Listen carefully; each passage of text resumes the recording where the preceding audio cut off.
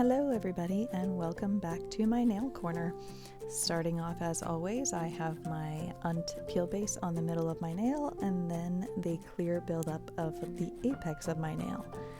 And now we'll get into the mani. I am using Panda Dips Storm Clouds, and this is the first time I'm using a Panda Dips powder, so that's a kind of review happening, and I'm going to do some stamping. Today I have the whole shebang for you guys from dip powder application. I am including my filing, shaping, e-filing in this video, and then we're going to do some stamping and finish up with a matte gel top coat. I was really pleased with how this mani turned out, so I hope you guys enjoy it too. So first impressions on Panda Dips were that I really liked their powders. They're very soft. It's hard to explain, you know, some powders are more grainy and fine. These were just like super soft. I don't know how else to explain it. They covered really well. Clearly you can see with one dip that was like fully opaque. This color, Storm Clouds, the powder looks blue toned, but once it was on my nails and top coated, it really just looks like charcoal gray, or as my husband would call it, light black. I keep telling him that's not a thing, but charcoal gray is what this looks like on your nails. And I really was digging the color. I love a dark gray. I really liked the coverage. It was just a great powder, so I can't recommend that enough. I got a couple more of their colors, and I'll have to try them out and just see if it's universally how their powders are. But from this sole experience, I really liked them. The jars they came in were a little bit big. I can't complain. I think I ordered minis, which is a 1/4 ounce. They sent a 1/2 ounce because the shipping was somewhat delayed during the whole pandemic situation because she was waiting on jars to come in, and then I think that's why the jar is even bigger than that. I think these must be 1 ounce jars, and I got a 1/2 ounce of powder in them. So they were like bigger around but kind of shallow. I probably should have shown you compared to something else, but either way, the powders were so great, and you could always transfer them if the jar was awkward, but it wasn't. I wasn't sure how it would be, but it wasn't awkward to use at all. So that's how that is, and I'm not sure what else to say about them. I would definitely recommend giving them a try. The customer service was great. She was super apologetic about, you know, it taking a little bit longer, but I was in no rush. Anything you ordered during COVID pandemic was expected to take longer. And as you'll see in my Peppy gel review coming up, some things took even longer. So I had no complaints, especially due to the fact that the customer service was top notch. And that really makes all the difference. You know, sometimes a product is just a product, but the customer service experience makes all the difference in the world, and that can go a long way. So I'm going to go ahead and finish up. I'm going to do 2 dips of this color, and then I'm going to dip clear over them as per usual, and I will be back with you guys shortly.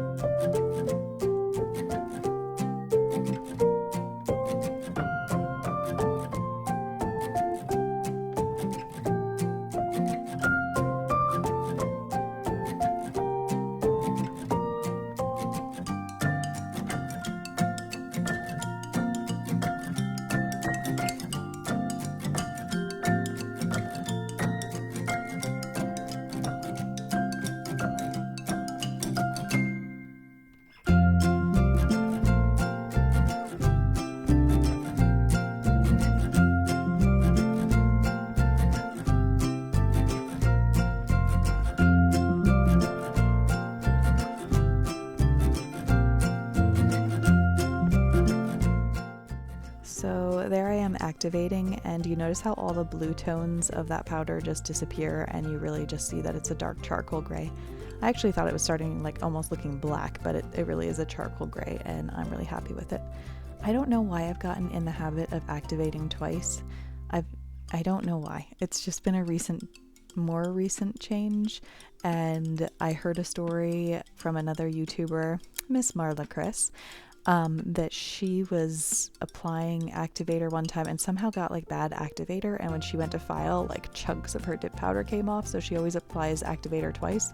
And now I'm like scared of that happening, although in 3.5 years it had never happened to me. I'm now paranoid, so somehow I've found myself applying activator twice. Anyway, maybe I'll stop myself, but what harm does it do?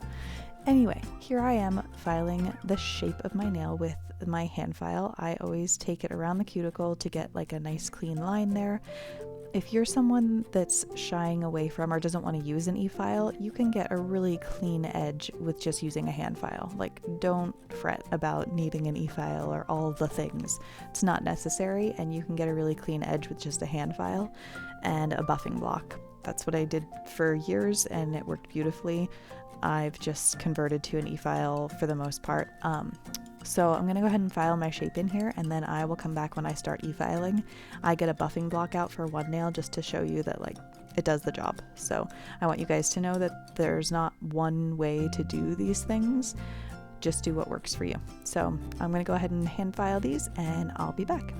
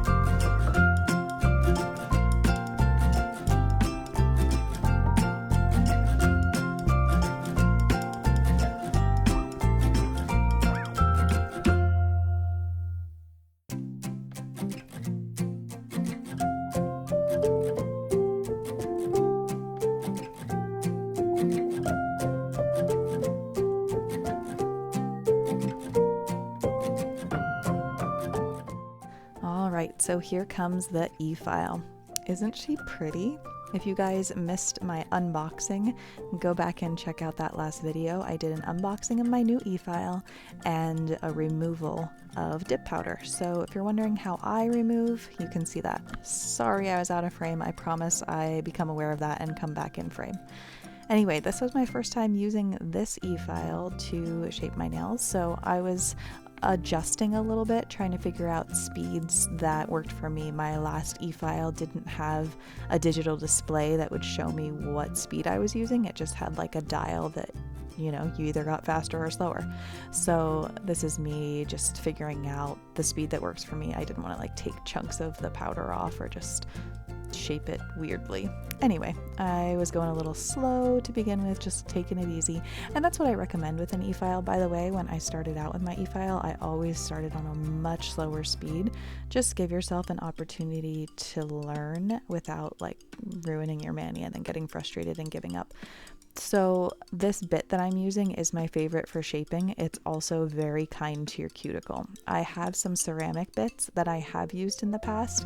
They're toothier and they tend to just take off more bulk more quickly. So I really like this. The ceramic bits also have like a sharper edge to them. So you got to be careful with them or you will cut up your cuticles. So this bit comes with most e-files. In fact, I've had 3 different e-files and they've all come with a set of bits, which are also shown in my unboxing video. And they all come with this one. So I don't think it's hard to get your hands on. I think if you search Amazon, you'd find it too. It's just a diamond bit, but it's really gentle on your cuticle, which is nice. I can't believe how much time I'm taking on that pinky. It's kind of unusual, but I am going to do my ring finger, I believe, with a buffing block, and that is just to show that you can shape, or I guess, I don't know, is shaping just when you're like filing the shape of your nail, and like buffing is, but I don't know. Anyway, that you can smooth the top of your nail with a buffing block super effectively. So I kind of target around the edges with a buffing block just to smooth down any transition from the dip powder to your finger.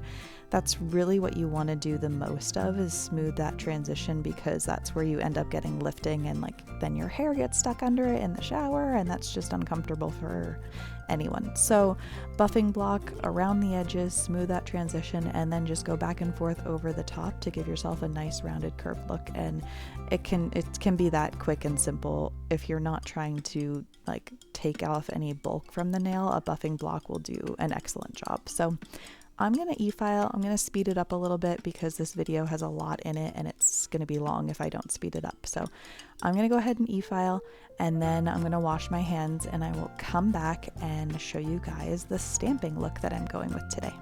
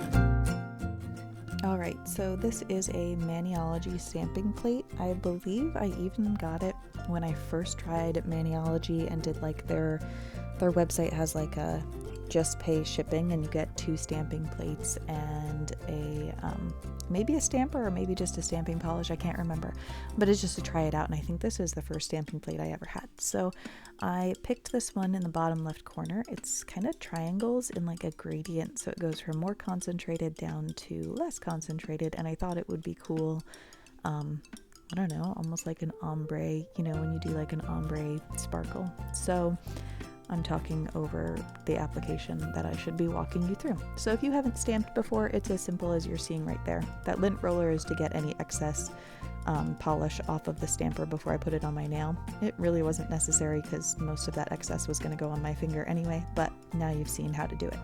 So you apply your, look how simple that is. I just love it. So I'm going to walk you through it this second time around. I am going to use the lint roller to get the excess polish off of that, and that's necessary. So this is a clear jelly stamper. It's from Sparkle & Co. I love it. It's huge and really easy to work with, and I never had any problem picking up a stamp with it. So there's that. You do need stamping polish. Some nail polishes work for stamping, but it's hit and miss, and they kind of have to be like a thicker consistency. So you go ahead and put a dollop of your polish on to your stamping plate. You use a scraper, which is just like a plastic card that comes with most stamping kits, and just run it over there kind of at like a 45-degree angle to get excess off. And then even though it looks like that, when you go ahead and put the stamper on it, it comes up clean like that. I don't know what kind of sorcery is. It's like magic. It works. So I'm going to do the reverse on this second finger. I did it more concentrated toward the bottom of my finger. Is it the bottom? Yeah. And then more concentrated toward the top on the second one, just to reverse it. And then I'm going to do the same 2 fingers on my other hand, just because I'm symmetrical like that. I don't know, I'll get over it someday, but I like to have matching hands for now. So I am going to go ahead and do that. There are a couple of ways to seal in your stamping polish. This is me showing you, even though I'm not going to do it, that you can get a little acetone on like an art brush to clean up around your finger. I don't like to do it, but I wanted to show you guys that you can if you want to work at it that way. What I'm going to do in the end is use non-acetone nail polish remover to scrub it off after I top coat, so I'll show you that later. But you could also be really careful and do it the way I was just showing you. Anyway, what I was saying is to seal in that stamp, there are a couple of things you can do. If you wanted it to be more temporary, like you wanted the option to remove the stamp later, you could finish your whole mani, do your dip top coat, stamp over that, and then seal it in with a no smudge top coat. You could probably use a regular nail polish top coat, but you have to be really careful about your method of application and kind of float it over the top and let it dry really thoroughly. Otherwise, you will just smudge the stamp you applied. So that's one way. You can apply it like at the step I am now, where you've activated and buffed and all that stuff. Come back, do your stamp, and then after it's fully dry, you can lightly apply some activator and then do your dip top coat, because of course your dip top coat needs activator in order to cure. Or you can use a gel top coat that cures in a lamp, and that's what I'm going to do today because I'm going for the matte look today, and I'm going to use a matte top coat, which I briefly showed you but will show you again. It is a Model 1's matte top coat, and that is how I'm going to seal it in today. When we get to that stage, I will pop back in a few seconds and run you through that.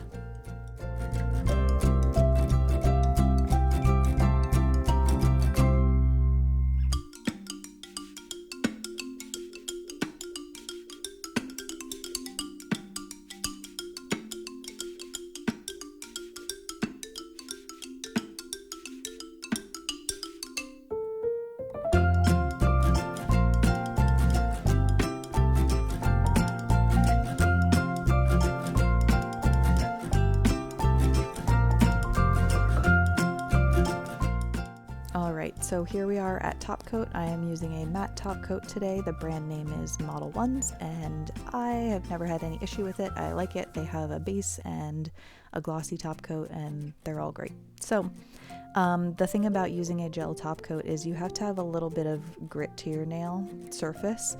So I recommend using like a 100 grit buffing block to rough up the top of your nail, or if you used an e-file, it's usually got just enough grit, like texture to it for the gel top coat to adhere to. It's just the way gel works. If you don't have if you have a perfectly slick smooth surface, it just doesn't adhere quite right, and you can get kind of chipping in your top coat, which who has time to deal with that?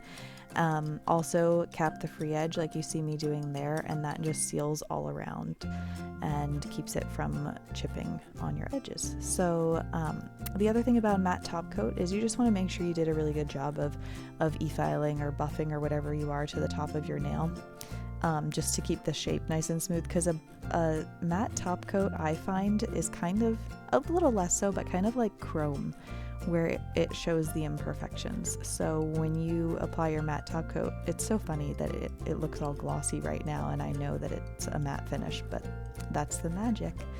Anyway, just make sure you have done a really good job, or that you really don't care if it shows off the flaws, because it will. So I am going to go ahead and finish with this. I'm going to pop my hand into the LED lamp. I will put a link below to the LED lamp I have. It's a 72 watt lamp, so it's a pretty powerful one, so it cures pretty quickly, but I always do 60 seconds minimum for my top coats because, like I said, I don't want my top coat chipping. So I'm going to pop that into the lamp. It'll come out all beautifully matte, and then I am going to apply cuticle oil as per usual. The sad thing is when you apply cuticle oil, it makes it look glossy. Oh, this is the nail polish remover I used. It's non-acetone, and I just took it and rubbed all that excess off my fingers. So here I am applying my cuticle oil, not as liberally as usual because I didn't want it to be all glossy. I wanted you guys to see all the matte glory of this mani.